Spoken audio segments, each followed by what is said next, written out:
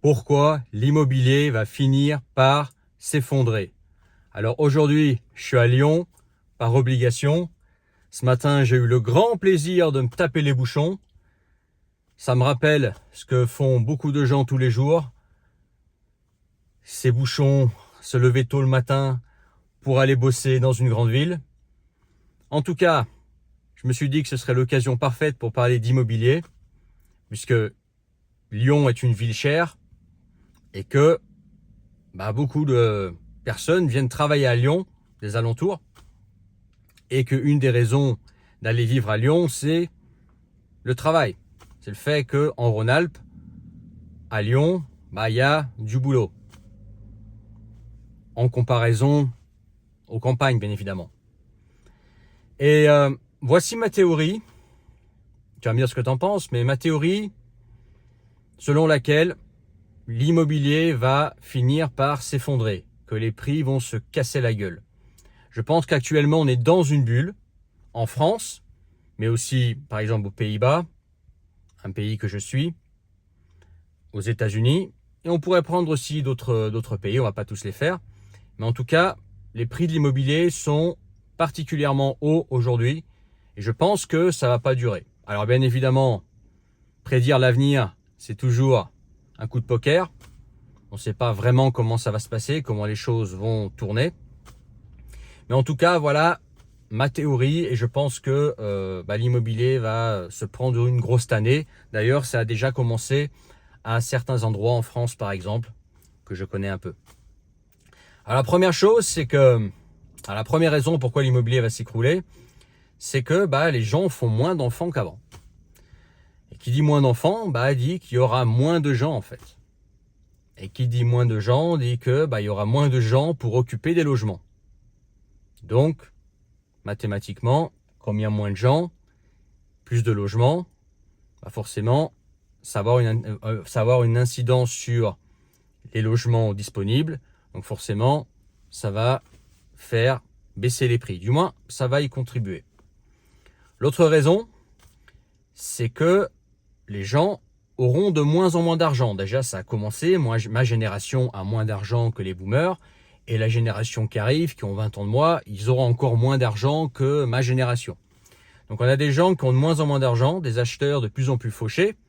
Donc quand en face de toi, tu as des acheteurs qui sont fauchés, soit tu gardes ton bien immobilier, soit tu t'adaptes au prix du marché. Parce qu'en fait, la vraie valeur de ton immobilier, c'est pas la valeur que tu affiches sur le bon coin. C'est pas la valeur que toi tu estimes que ça vaut. Non, c'est le prix final, c'est le prix que l'acheteur est prêt à payer. Et quand en face de toi, tu as des acheteurs fauchés, comparativement à des acheteurs d'il y a 20-30 ans, tu t'adaptes à ce qu'ils peuvent payer ou tu gardes ton bien immobilier. Okay, donc moins d'argent en fait. Autre chose, l'intelligence artificielle. Troisième raison, qui je pense va bouleverser en fait notre façon de vivre, notre façon de travailler, notre façon dont est organisée notre société. Aujourd'hui, on a un exode rural. Les Français, par exemple, je prends l'exemple de la France, mais ça pourrait être utilisé pour d'autres pays, mon exemple, ont tendance à aller vivre de plus en plus en ville et à délaisser les campagnes, par exemple la diagonale du vide, dont on entend souvent parler. Alors attention à la campagne, toutes les campagnes ne se valent pas. Tu as des endroits à la campagne qui peuvent être très cotés, voire plus chers qu'en ville. Tu as des endroits dans les Alpes qui sont clairement des endroits bourgeois où ça coûte la peau des fesses. Okay, probablement dans les Pyrénées aussi, il y a des endroits comme ça. Donc attention, ce que je fais ici, c'est une généralité. On a quand même une tendance de personnes qui vont aller vivre en ville, qui délaissent les campagnes. À la campagne, les vieilles générations décèdent et laissent derrière eux des logements, qui ne sont pas occupés. Parce qu'il y a une tendance à aller vivre dans les villes. Pourquoi? Parce que c'est là qu'il y a du travail. Il y a aussi de moins en moins de travail en France. Le marché du travail est complètement éclaté au sol. On a parlé plusieurs fois sur cette chaîne. Et donc là où il y a encore du travail, ça va être typiquement les grandes villes comme Lyon, où je suis aujourd'hui, Paris, Marseille, les Bordeaux, éventuellement Grenoble, et voilà d'autres grandes villes, Lille, etc. Donc il y a une tendance à aller vers les villes.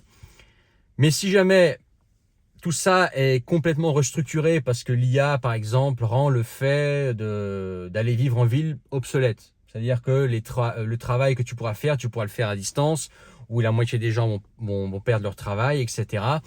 Et ce qui fait que tu n'auras plus besoin d'aller vivre en ville pour gagner ta vie, bien gagner ta vie ou avoir des opportunités professionnelles. Dans ce cas-là, une grande partie de ces gens-là qui étaient venus en ville par obligation, ils n'auront pas besoin d'y rester. Donc forcément, ça va avoir un impact potentiellement sur les prix, notamment de l'immobilier en ville, parce que tu n'as plus cette pression à aller vers les villes. Tu pourras très bien, par exemple, aller te mettre dans la diagonale du vide et en fait avoir une activité professionnelle qui aura évolué, qui sera peut-être nouvelle, qui aura muté avec l'intelligence artificielle.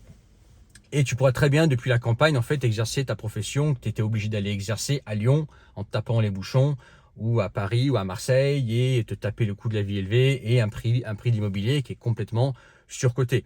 Aussi bien l'achat que la location. Okay, donc ça, c'est une autre théorie qui, je pense, va avoir un impact sur l'immobilier à un moment donné.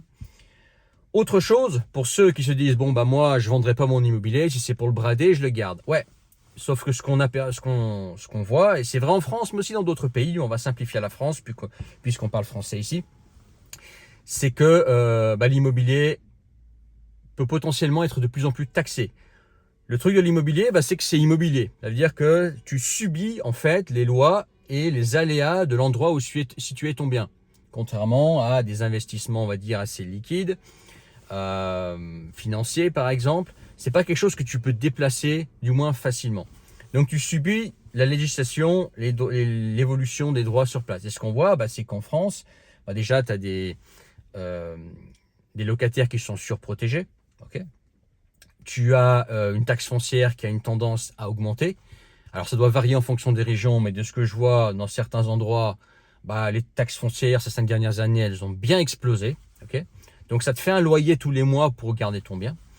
Et puis l'immobilier, et ça c'est un truc que certains ne parlent pas, et je t'en parle moi-même en tant qu'investisseur immobilier, pas en France, mais investisseur quand même. C'est qu'entretenir un bien immobilier, ça coûte de l'argent. Il y a toujours des travaux à faire. Si tu le mets à louer, tu as les locataires qui sont pas parfois très soigneux, etc. Ça engendre de l'entretien, etc., des frais. Et forcément, quand tu gardes un bien, histoire de le garder, il faut quand même injecter de l'argent dedans pour le conserver. Sachant que l'immobilier locatif en France, par exemple, est de moins en moins intéressant, je trouve, potentiellement pour ce que tu peux... si tu vois ce que tu achètes, au prix que tu achètes et au prix que tu peux louer, ça vaut pas ou moyennement le coup, quoi. Si tu ajoutes à ça taxe foncière, si tu ajoutes à ça les impayés éventuels, si tu ajoutes à ça l'entretien de ton bien, etc., c'est plus d'emmerde qu'autre chose. D'ailleurs, l'immobilier, je te le dis, c'est des emmerdes, ok? C'est on va dire un mal nécessaire, mais c'est des emmerdes, c'est casse-pied, tu vois. Donc ça aussi, ça peut avoir une influence sur se dire, et qui vont se dire, bon, l'immobilier, ça devient tellement des emmerdes, je vais me débarrasser de mon bien parce que ça me fait chier, je ferais mieux d'investir sur les marchés financiers ou dans autre chose qui est beaucoup plus liquide, peut-être de la crypto, quelque chose qui est beaucoup plus liquide et qui m'emmerde pas, quoi. Et surtout, qui est facilement déplaçable. L'immobilier, ça reste à un endroit. Alors tu vas me dire, je peux vendre, oui. Mais tu peux vendre, mais en fonction de l'endroit où tu es, en fonction du prix auquel tu estimes qu'il est rentable de vendre ton bien immobilier, ou que toi, tu estimes qu'en dessous de ça, ça touche à mon ego, je ne vais pas brader mon immobilier, etc. Ça peut être long à vendre de l'immobilier. Ce n'est pas un truc que tu déplaces. Et dans un monde où on est de plus en plus nomade, malgré nous, un monde où potentiellement on va être de plus en plus, c'est déjà le cas pour pas mal de gens, amené à bouger, tu veux pas avoir un truc qui te garde à un endroit, quoi. Ok. Donc ça, c'est aussi, je pense, quelque chose qui peut avoir de l'influence sur les prix de l'immobilier à venir. Et pour moi, clairement, on est dans une bulle actuellement, on est vraiment dans le haut du haut. Si tu achètes maintenant, tu achètes en haut. Et que si derrière, alors ça dépend, si tu fais un bon coup, si c'est pour ta résidence principale, que tu vis dedans, voilà, tu as ton bien, il est à toi, tu as fait un bon coup, ok. Mais si c'est pour acheter maintenant, histoire de se dire, je vais faire une plus-value derrière, personnellement, moi, c'est pas quelque chose que je ferais maintenant, tu vois. Je pense que là, l'immobilier haut, que ça va pas durer, que ça va se prendre une tannée, que ça va tout simplement en fait se réguler tout seul, s'adapter au nouveau monde en fait.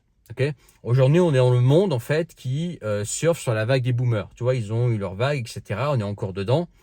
Mais la génération qui vient d'après, elle va être dans un autre monde, elle va avoir un autre budget, etc. Et que automatiquement, en fait, les prix vont s'ajuster à ce nouveau monde, en fait, à cette nouvelle réalité. Okay, face à des gens qui ont un autre mode de vie, qui ont un autre pouvoir d'achat, qui ont peut-être aussi d'autres lois qui vont faire que l'immobilier va être de plus en plus pressé, comprimé, moins intéressant, par exemple, comme investissement, et que ça va avoir une influence sur les prix, quoi. Et puis surtout, voilà, l'immobilier, c'est un truc, c'est le plus gros défaut de l'immobilier. Et moi, je l'ai appris avec l'expérience, c'est que c'est pas liquide, c'est difficile à vendre, déplacer, etc. En plus, tu fais de l'immobilier international, etc. Tu peux, bref, je vais pas rentrer dans tous les détails, mais c'est voilà, c'est casse-pied et c'est peu liquide, voire pas du tout liquide. Si aujourd'hui tu as une maison dans la diagonale du vide, et ben probablement il va falloir que tu brades si tu veux la vendre rapidement, parce que personne ne veut aller y vivre, parce qu'il n'y a pas de travail, parce qu'aujourd'hui le travail il est en ville. Voilà. Dis-moi ce que tu en penses en commentaire. N'oublie pas de mettre ton pouce, partager et commenter en bas. Dans la description, le premier lien, tu peux rejoindre mes contacts privés, le canal Telegram et recevoir tous mes messages, ne les loupe pas. Et je te qu'on s'appelle toi et moi, un appel privé en visio que toi et moi. On parle du sujet que tu veux. Tu peux réserver ça en description. Tu cliques sur le premier lien, tu t'inscris et tu réserves. Et une fois que tu as réservé, on convient d'une date et d'une heure pour se parler. Voilà. Dis-moi ce que tu en penses, toi. D'après toi, est-ce que l'immobilier va finir par s'écrouler? Si oui, tu me dis que quand est-ce que tu penses que ça arrive? Alors bien évidemment, tout ça c'est de la théorie. On ne sait jamais vraiment comment les choses vont tourner. Dis-moi quand est-ce que ça va arriver, d'ici 5 ans, 10 ans, 15 ans, dis-moi quel est ton ressenti. Ou est-ce qu'au contraire, tu penses que les prix vont continuer à augmenter, qu'il n'y aura pas de réajustement et que l'immobilier, ça reste un investissement où tu achètes et tu es sûr de revendre avec une grosse plus-value dans le futur. Voilà, à l'ancienne, comme l'ont fait nos parents, nos grands-parents qui, eux, effectivement, avaient ce concept de t'achètes de l'IMO. De toute façon, ça monte toujours et tu fais ta plus-value. Voilà. Dis-moi quelle est ta théorie là-dessus. Et puis, je te dis à bientôt pour une autre vidéo. Allez, ciao.